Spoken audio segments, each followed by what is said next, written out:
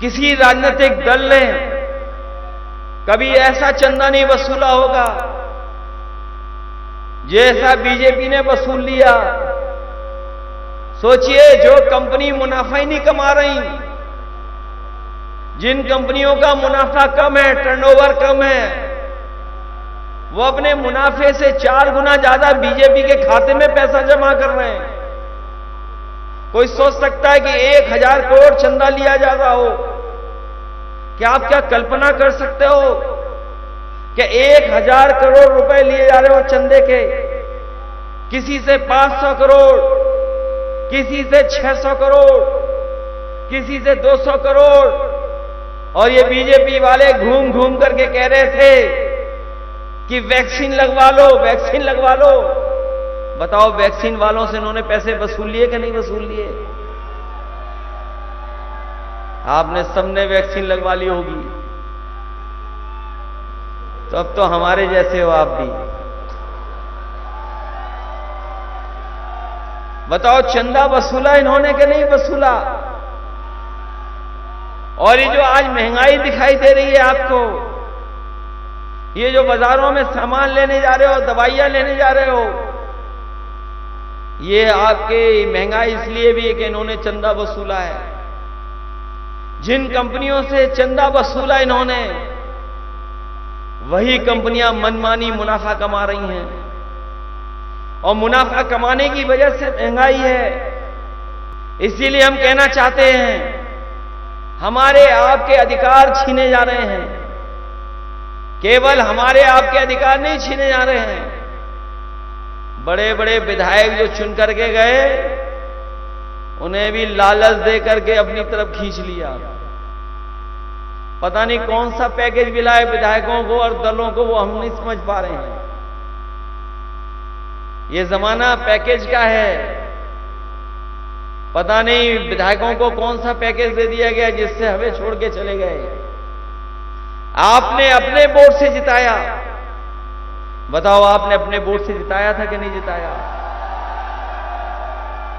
वो हमें धोखा नहीं देके गए, आपको धोखा देके गए हैं, और आपके साथ साथ हमें भी धोखा दे गए।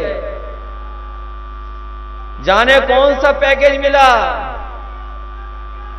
जाने कौन सा पैकेज मिल गया। हम तो शतरंज नहीं जानते, न शतरंज के खिलाड़ी रहे हैं, थोड़ा बहुत शतरंज जानते हैं, लेकिन बीजेपी के घोड़े की 2.5 चाल से वो दल कहां चला गया पता नहीं। बीजेपी के 2.5 घर की 2.5 चाल से बताओ दल कहां चला गया। जिनसे लड़कर के हम लोगों ने उन्हें जिताया, आज पैकेज पाकर के उन्हीं के साथ खड़े हो गए। इसलिए ये चुनाव हमारे आपके भविष्य का तो है ही है चुनाव, लेकिन आने वाली हमारी पीढ़ी उसका भी चुनाव है। ये 400 लोकसभा जीत करके पता नहीं कौन सा संविधान में बदलाव लाना चाहते हैं। उस संविधान में, जिस संविधान को बाबा साहब भीमराव अम्बेडकर जी ने दिया, और उस संविधान के तहत हमें आपको अधिकार मिले हैं, उन अधिकारों को ये छीन रही है।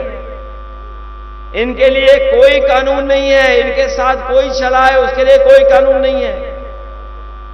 ये अपनी बड़ी बड़ी संस्थाएं जो हैं उनको खत्म कर करके अपने लिए इस्तेमाल कर करके लोगों पर दबाव बना रहे हैं।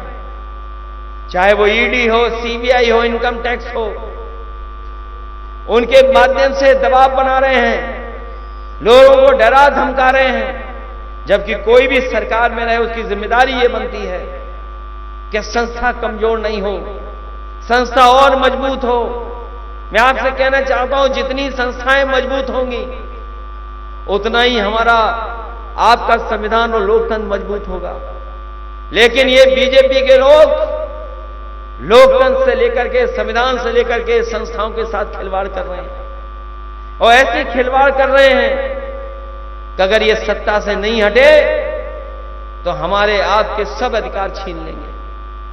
हमें आपको ये सरकार से कुछ नहीं दे रहे हैं, ना अस्पतालों में दवाई मिल रही, न इलाज मिल रहा है, न हमारे किसान को पैदावार की सही कीमत मिल पा रही है।